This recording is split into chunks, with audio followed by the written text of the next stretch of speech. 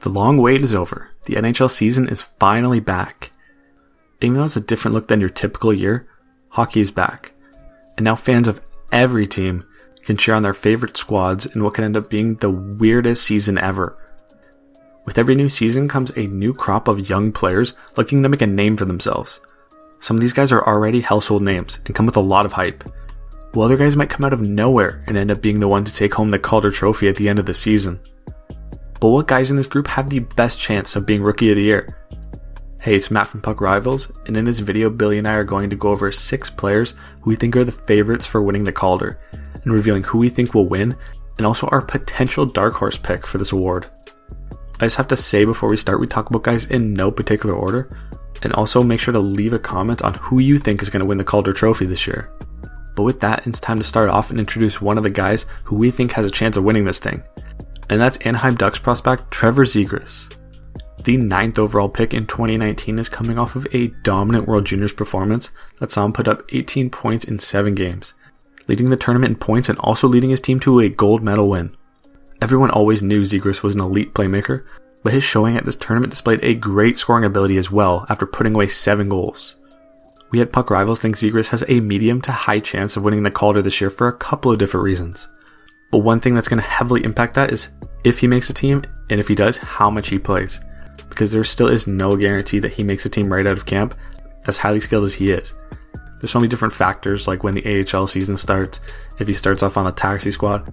So if he does end up making the team and getting regular minutes, we definitely think he'll have enough opportunity to make a big enough impact to be considered for this award. Now back to going over his skill set, Zegras has great skating and elite high-end vision, and experience playing at both center and the wing.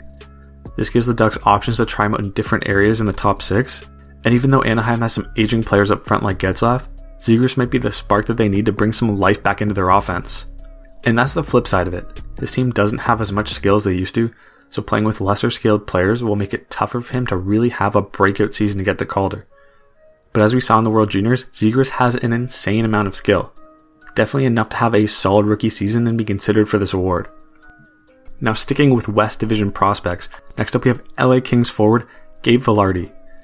After missing almost the full 2018-19 season because of a back injury, Vilardi had a solid AHL season last year. After getting called up to the NHL, he got 7 points in 10 games before the season shut down. And he was able to produce that much while averaging under 13 minutes of ice time per game. Now Vilardi comes into the season fully healthy, and unlike most of the rookies we talk about in this video, he has some real NHL experience under his belt. He knows he can play at this level, and the big center plays a responsible two-way game, which can end up earning him extra ice time and even the chance to play as the second line center if he plays well. Now who are we kidding? Vilardi is on a team who isn't very good and is still rebuilding, so he will probably find himself playing a lot more in his own zone than the other teams, especially when they play a team like Colorado, which all in all will affect his point production. For a lot of these different reasons, we have him with a medium chance of winning the Calder this year. He's not a top guy for this award, but he is definitely in the race. Moving on, we have New York Rangers' new star winger, Alexis Lafreniere. But before going into the analysis and all that, let's quickly go over how successful he's been before ever stepping on the ice for an NHL game yet. He was drafted first overall in the QMJHL in 2017. He won the CHL Rookie of the Year in 2018. He was named Most Valuable Player in the CHL 2 years in a row in 2019 and 2020. He won gold at the World Juniors with Canada in 2020 and was a tournament MVP there too, even though he was injured during part of the tournament. And finally, in October, he was taken first overall by the Rangers. Now after saying all that, I'm really starting to second guess why we're even making this video, because this kid literally wins everything. In all seriousness, Alexis Lafreniere is far and away the favorite to win the Calder trophy this year. And a lot of that has to do with him, but what also helps is having Hart nominee Artemi Panarin and the guy who scored 41 goals in 57 games on his team. They may not play on the same line, but that'll definitely help Lafreniere get some more favorable matchups. Even on his own, he's a player who does well in all aspects of the game. His skating, passing, and shooting are all exceptional, and unlike a lot of high school prospects, he can play physical and get in the dirty areas of the ice.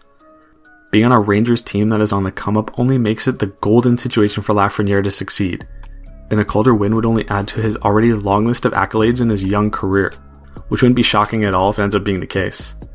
Now it's time for Billy to go over our last 3 Calder favorites and reveal our pick to win the award and our dark horse choice. Alright, so next up, we're going to keep the Rangers theme going here, as we have one of Lafreniere's teammates in goaltender Igor Shesterkin. The Russian has been a stellar presence between the pipes in every single league he has played in. Everyone. Last year was his first year playing pro in North America, and he adjusted just fine. He was way too good for the AHL, and in his very brief stint in the NHL, he was still amazing. During those 12 NHL games, Shesterkin showcased his abilities to us all and delivered on the hype that has been built up while he played in Russia. And now he is poised to take the torch from the King, who ended up going to Washington, but unfortunately will be out due to heart surgery. Get well soon, Hank. Despite having a pretty solid backup in Georgiev, Shesterkin will likely carry most of the load this season. He's young enough to do it, and he's just too good not to. The Rangers allowed the second most shots against per game last season, which bodes well for the highly talented goaltender to put up some pretty great numbers. Playing pro already for the last 3 to 4 years before his rookie season can only benefit him too. Like Lafreniere, being on a good up-and-coming team like the Rangers can only help his situation for the Calder. However, his teammate will give him some good competition for the trophy, and who knows, maybe it'll give him some further motivation. Next up we have another Russian, this time electric winger Kirill Kaprisov of the Minnesota Wild. For the last few years, Kaprizov was regarded by many to be the best NHL-affiliated prospect there was. And after lots of waiting and anticipation from fans and management in the Wild organization, he finally made the move to come play in Minnesota. Like Shesterkin, Kaprizov has had the benefit of playing pro for years in Russia before his upcoming NHL rookie season. But don't let that take anything away from him. Kaprizov led the KHL in goals the last 2 seasons and has been close to a point per game the last 4. He's an offensive dynamo who can score. His KHL numbers make that clear.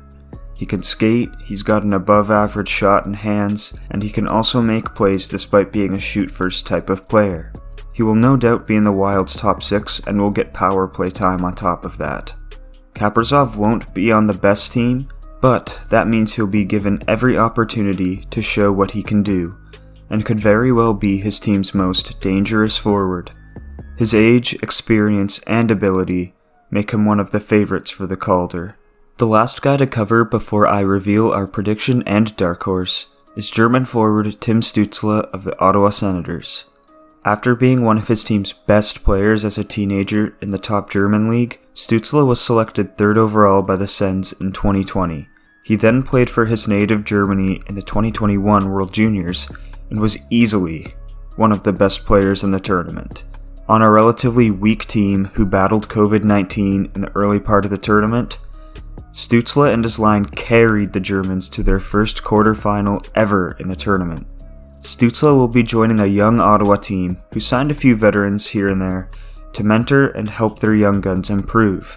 If he cracks the team, which I think is pretty likely, I can see him slotting into the top 6 and power play right away, as he is arguably their most gifted offensive player. He's got speed, skill, and the playmaking ability to be a threat for the Sens. Even though Ottawa might not fare too well this year, they are certainly improved. And besides, Stutzle proved in the World Juniors that it doesn't matter the quality of his team. He's a great player who can put up points regardless. In addition, playing in the Canadian division could help boost his numbers as well, as a lot of those teams don't necessarily have the best defense cores out there. People might overlook Stutzle since he will be playing for Ottawa, but you shouldn't. He's an offensive dynamo of a player and could do some damage this season in the Canadian division. Tim Stutzle is actually our dark horse pick for the Calder too. Like I said, people may write him off because he's on Ottawa, but we do not. He's a really great young player that could have a great rookie season. He'll play good minutes to produce plenty of points, and will be one of Ottawa's best offensive players.